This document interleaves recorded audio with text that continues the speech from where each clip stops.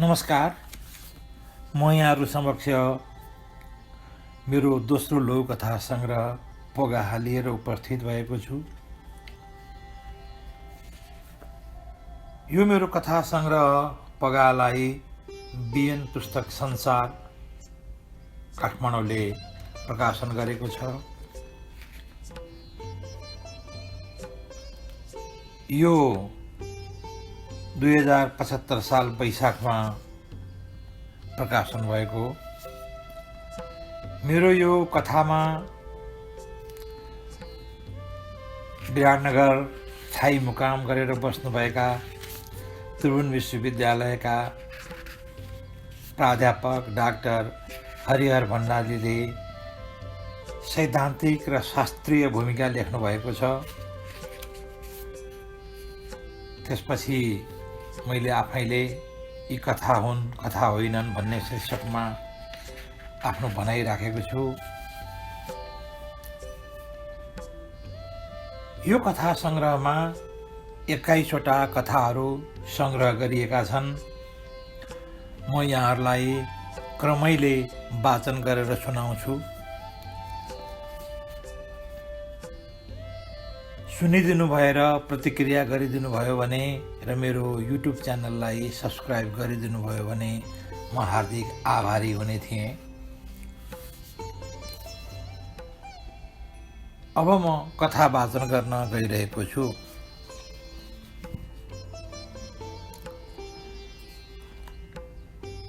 पहिलो कथा छ, आफ्नै जीवन बाँच आमा। आज हामी तिनै बहिनीको बिहे भइरहेको छ। मेरी आमा र हवलदार साहेबलाई भ्याइ नभ्याइ छ। कङ्कालिनी मन्दिर प्राङ्गणमा 3 थरी जन्ती आएको छ, तर बेहुली भतेर एउटै छ। 3 वटा यज्ञ छ, 3 तिर गोडा धुनु छ, कन्यादान गर्नु छ, मान्छे आए आएनन् भनेर हेर्नु छ, खाना खाए खाएनन् भनेर हेर्नु छ। पुरै चटारो छ। आमा राम्रो फरियामा झन् राम्री देखिनु भएको छ।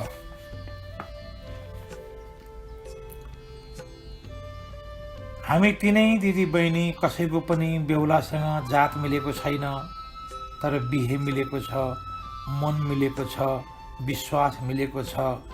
बाजा बजेका छन्, 3 थरी बाजा बजेका छन्। मेरा बेहुलाले अङ्ग्रेजी ब्यान्ड बाजा ल्याएका छन्। माइला बेहुलाले पञ्चे बाजा ल्याएका छन् र कान्छाले तराईको प्यारे लोकल बाजा ल्याएका छन्। ती बाजाहरू घरिघरि मिसिएर बज्छन्, एउटा अनौठो धुन निकालिन्छन्। घरिघरि अलग अलग बज्छन्, मानौ ती अलग अलग छन्। ती बाजाले अलग अलग ठाउँमा जानुपर्छ। ती एकै पनि छन्, किनकि ती एउटै घरका पनि हुन्।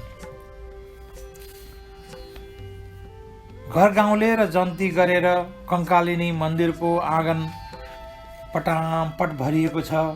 साथीभाइ आएका छन्, इष्टमित्र आएका छन्, पर पाहुना आएका छन्, आफन्त आएका छन्। हो हल्ला छ, रमिता छ। तर पर हेर्छु, मेरो आफ्नै बाउ आएका छैनन्। बाउपट्टिका आएका छैनन्, तर पनि अन्माउने बेला भएको छ। हेर्दैछु बहिनीहरू रुँदैछन्। म सोचिरहेकी छु, मैले रुन हुन्न, मैले बोल्ड हुनुपर्छ। म नै रोएँ भने बहिनीहरूले के गर्लान्? हामी अन्माइएका छौँ, म अन्माइएकी छु। खोइ किन हो कुन्नी, आफैले रोजेको पाउँदा पनि बहिनीहरू रोइरहेका छन्। मेरा यी बोल्ड आँखाबाट पनि आँसु तप्लक्क झरेका छन्। सायद एउटा नबुझिएको अनिश्चित यात्रा होला। निश्चितताबाट नयाँ अनौठो र मिठो अनिश्चितता होला। जे त होला, तर हामी रोइरहेका छौँ। आमा रोइरहनु भएको छ। झड्केला बा हवलदार साहेब पनि पो रोइरहेका छन्। सायद उनको यो आँसु उत्तरदायित्व बोधका होलान्।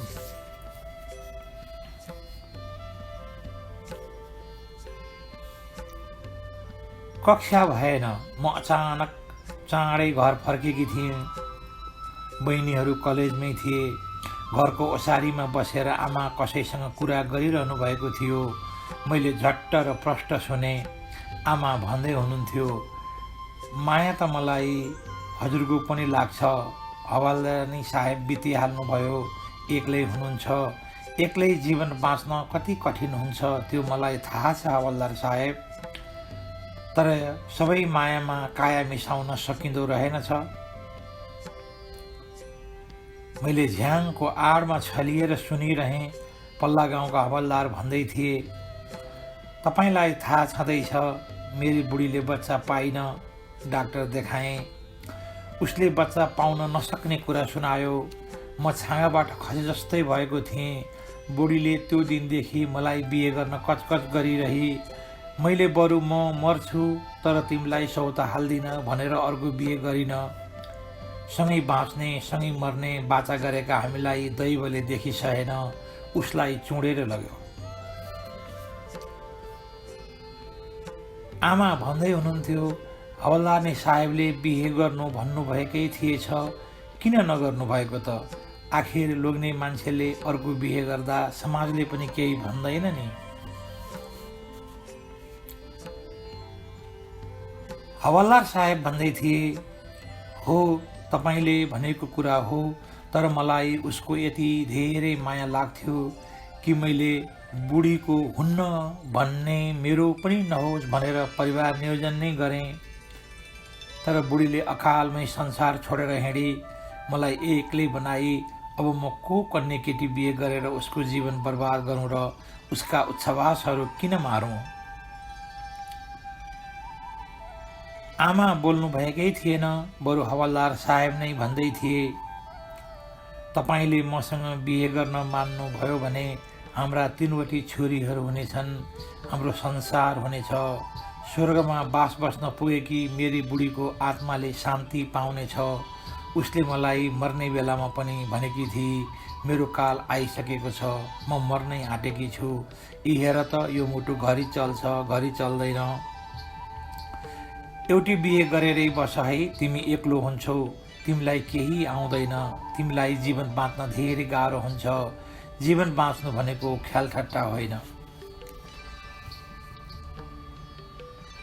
आमा भन्दै हुनुहुन्थ्यो, यो पाप गर्न हुन्न हवलदार साहेब, तपाईँको र मेरो जात पनि मिल्दैन, समाजले छिछि दूर गर्छ। जात होइन हजुर, मन मिल्नुपर्छ। हाम्रो मन मिल्यो भने काग कराउँदै गर्छ, पिना सुक्दै गर्छ। म झ्वाट्ट गेट खोलेर आँगनमा पसेकी थिएँ। खोइ किन हो मैले कुरा नसुनेकी, केही चाल नपाएकी अभिनय गरिरहेकी थिएँ। आमा र हवलदार साहेब पनि मैले चाल नपाएकोमा ढुक्क देखिन्थे।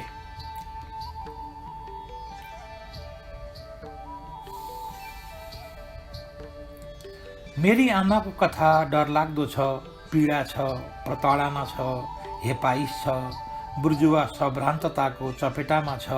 म आमाका जीवन भोगाइका तरेली आँसुभित्र पस्छु। त्यसै एउटा अजङ्गको पहाड जस्तो लाग्छ मलाई मेरी आमा।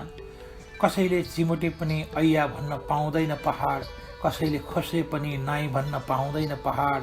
मन लागेका बेला उसको मालिक आउँछ, खोस्रन्छ, जान्छ।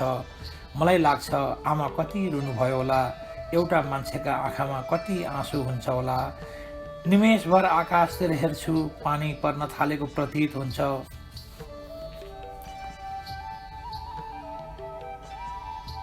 12 वर्षको उमेरमा एउटा सभ्रान्त ठानिएको पण्डित परिवारमा बिहे गरिदिँदा सायद मेरा माओलीलाई राम्रो लागेको हुँदो हो। भाग्यमानी रहेछे ठानेका थिए होलान्, तर उफ त्यो बुहारतन, त्यो पीडा आमाले सहनु भएछ, सजिलै सहनु भएछ।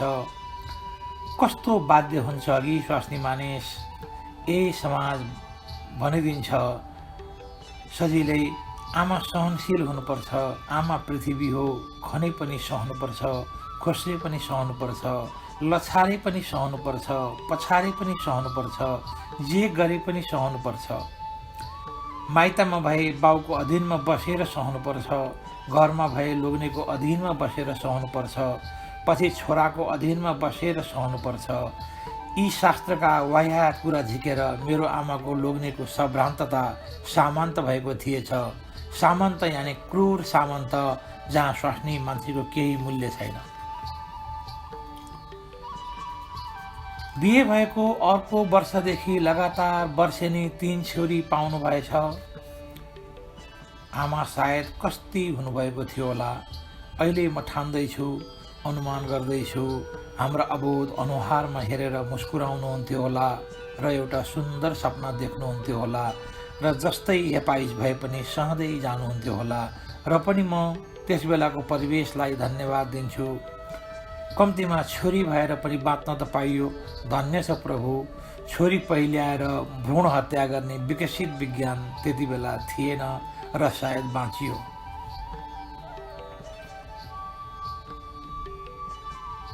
आमालाई एक दिन त्यो पण्डित लोग्नेबाट भनियो रे,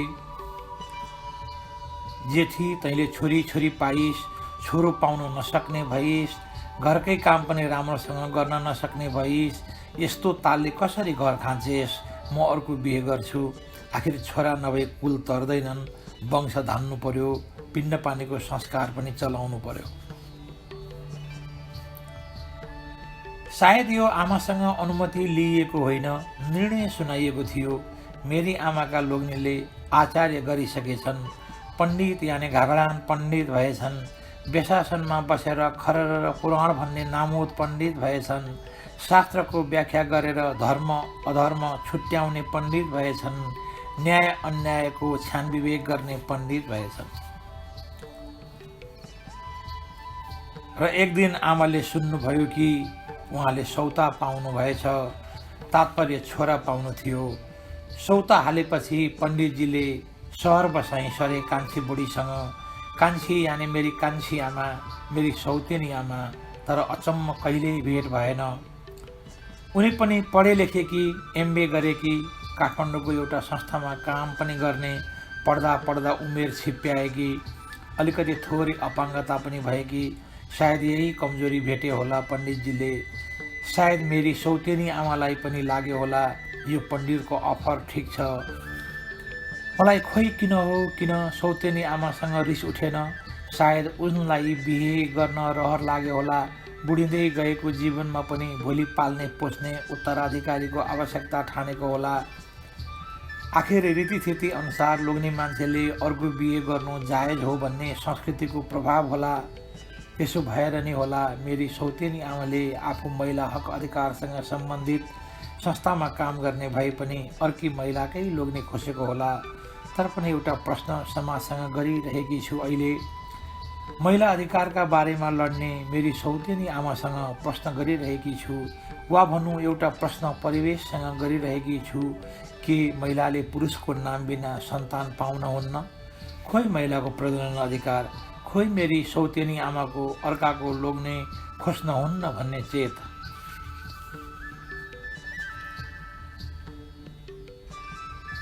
लोग्ने बिनाको संयुक्त परिवारमा बुहारतन थियो मेरी आमालाई। गाई, बाख्रा, भैँसी, खेती, बकारा, घाँस, पात, संस्कार, चलन, खटन, पटन र त्यसमाथि घरका मान्छेको उक्साहटमा पाइने लोग्नेको कुटाई। हुँदो नखाँदोसँग आइलाग्ने अवगाल, यो कुरा भोग्ने मान्छेलाई मात्र थाहा हुन्छ होला। सायद आमाले आत्महत्या गर्नुहुन्थ्यो होला। तर ओसारीका डिलमा नाङ्गै भुतुङ्गै खेलिरहेका, हाँसिरहेका, रोइरहेका, जुधिरहेका हामीलाई देखेर मर्न आँट पुग्दैन थियो होला। फाटेका चित्र लगाएरै भए पनि सरकारी स्कुल पढ्दै गरेका हामीलाई देखेर सुदूर भविष्य देख्नुहुन्थ्यो होला र मर्ने आइडिया ड्रप गर्नुहुन्थ्यो होला। यही मृत्युको दोसाँधमा आमा कहिले मर्नुहुन्थ्यो होला, कहिले बाँच्नुहुन्थ्यो होला।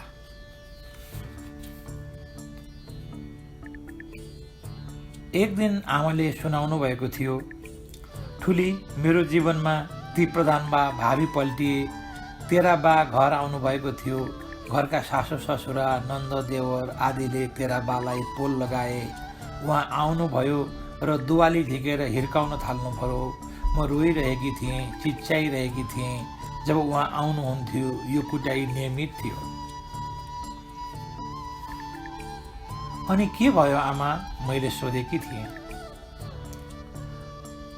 प्रधान बा त्यही बाटो आउँदै रहेछन्, आएर छुट्याए र यो जेठीलाई तुरुन्त अंश दिएर छुट्टी भिन्न गराऊ, सधैँको रोडाको, नत्र म तिमीलाई पुलिसमा जाग्छु भने। अनि त्यसपछि के भयो आमा, अज्ञान जस्तै भएर कान्छी बहिनीले प्रश्न गरेकी थिए। आमाले भन्न थाल्नुभयो, बिटाबारी भए पनि मैले अंश पाएँ, त्यसैमा खनजोत गरेर मैले तिमीहरूलाई हुर्काएँ, त्यसपछि भने मैले प्रत्यक्ष कुटाइ खानु परेन। मैले आमाको अनुहारमा हेरेँ, एउटा सन्तोष थियो, सायद भाग्यलाई धन्यवाद दिइरहनु भएको थियो। हामी तिनै दिदी बहिनी अगेनाको डिलमा बसेर आगो तात्तै आमालाई नै हेरिरहेका थियौँ। आमा अलि लजाए जस्तो गरी सारीको सबकुले मुख छोपेर हाँस्नुभयो। के भयो आमा, किन हाँस्नु भएको? माइली बहिनीले प्रश्न गरेकी थिए। हेर न, तिमीहरूका बाउ कान्छीले पनि 2टा छोरी पाएपछि फेरि पाउन मानिन भनेर मसँग आएर एउटा छोरो पाइँदैन हो पो भन्थे। हामी सबै हाँसेका थियौँ अनि आमाले भन्नुभएको थियो, मैले हात लाग्न दिइनँ, कस्तो निर्लज्ज हुन्छ यो लोग्ने मान्छेको जात। हामी अलिकति हाँस्यौँ, अलिकति रिसियौँ। कान्छी बहिनीले त दारा नै किटी अनि आमाले भन्नुभएको थियो, तिमीहरूको बिहेदान गरेर पठाउन पाए म ढुक्कसँग बराह क्षेत्र गएर बस्थेँ, भगवानकै सेवा गर्थेँ। मैले भनेथेँ, आमा हामी आफैले खोजेका छौँ, तपाईँले चिन्ता गर्नु पर्दैन। हामीले तपाईँलाई बराह क्षेत्र होइन कर्मक्षेत्र पुर्याउने विचार गरेका छौँ। सायद आमाले बुझ्नु भएन। म बीबीएस तेस्रो वर्षमा पढ्थेँ, बहिनीहरू बीबीएसकै प्रथम वर्षमा। मैले बहिनीहरूसँग सल्लाह गरेँ, हवलदार साहेबसँग सल्लाह गरेँ, अरूसँग त सल्लाह गर्नु पनि थिएन। सुटकेस तयार पार्यौँ, खसीको मासु पकायौँ, चाम्रे पकायौँ। हवलदार साहेब दौरा सुरुवालमा सजिएर आएका थिए। कोट पुरानै भए पनि सुहाएको थियो, ह्यान्डसम देखिएका थिए। सँगै बसेर मासु भात खायौँ। आमालाई राम्रो फरिया लगाइदियौँ, मेकअप गरिदियौँ। आमा छक्क पर्नु भएको थियो, अलिकति लजाउनु भएको थियो। हवलदारले आमाको सिउँदोमा सिन्दुर हाले। सधवा भए पनि आमाले सिन्दुर लगाएको हामीले देखेका थिएनौँ। राम्रो रातो फरिया लगाएर मेला भरेको देखेका थिएनौँ। उहाँको अनुहारमा आभा कहिल्यै देखेका थिएनौँ। सायद सधवा नामकी विधवा हुनुहुन्थ्यो होला। भाग्यले सधवा र कर्मले विधवा हुनुहुन्थ्यो। आज पहिलोपल्ट हाम्री आमा पनि यति राम्री हुनुहुन्छ भन्ने ठम्ब्याएका थियौँ। नत्र त आमालाई बयस कहिले आयो कहिले गयो त्यो पनि पत्तो भएन होला। मान्छे कोही थिएनन्। कसैलाई त बोलाइएकै थियो, नातेदारलाई खबर गरिएको थियो, तर कोही आएनन्। म सोचिरहेकी छु, सायद बहिनीहरू पनि सोच्दा हुन्, सोचिरहेका होलान्, अहिले कुनै विधुर बाको कन्या केटीसँग हामी छोरीले बिहे गराइदिएका भए हाम्रो वाहवाही हुन्थ्यो। हामी सायद प्रगतिशील पनि कहलिने थियौँ। अहिले आमाको बिहे गराएकोमा समाज बैरी भएको छ, घरपट्टिका बैरी भएका छन्, माओलीले मुख फुलाएका छन्, समाज कुरा काटेर सन्तुष्ट छ। सरकार त खोइ कहाँ थियो कुन्नी र मनभित्र विद्रोह पलाएको छ। समाजसँग जिज्ञासा बढेको छ। स्वास्नीले छोडेका लोग्नेको बिहे गरिदिँदा जाति मान्ने समाज लोग्नेले छोडेकी स्वास्नीको यानि आमाको बिहे गराइदिँदा किन असहज मान्छ यो दुनियाँ? यो कस्तो समानता हो? हवलदार साहेबले हामी तिनै दिदी बहिनीलाई एकैपल्ट अँगालो हालेर भने, मेरा छोरीहरू, अब तिमीहरू टुहुरा छैनौ। म बाउ छु, आमा त छँदैछन्, घर पनि छ। आऊ छोरीहरू, हामी सबै मिली एउटा सुन्दर संसारको निर्माण गरौँ। हवलदार साहेबसँग आमा पछि पछि हिँड्नु भएको थियो। हवलदार रोइरहेका थिए, आमा रोइरहनु भएको थियो, हामी रोइरहेका थियौँ। तर सायद यी आँसु हर्षका थिए कि? मैले अनायास भनेछु, हो आमा, मान्छेले आफ्नै जीवन बाँच्नुपर्छ, आफ्नै जीवन बाँच आमा। धन्यवाद। रचनाकाल 2074 2:30 धापासी काठमाडौँ।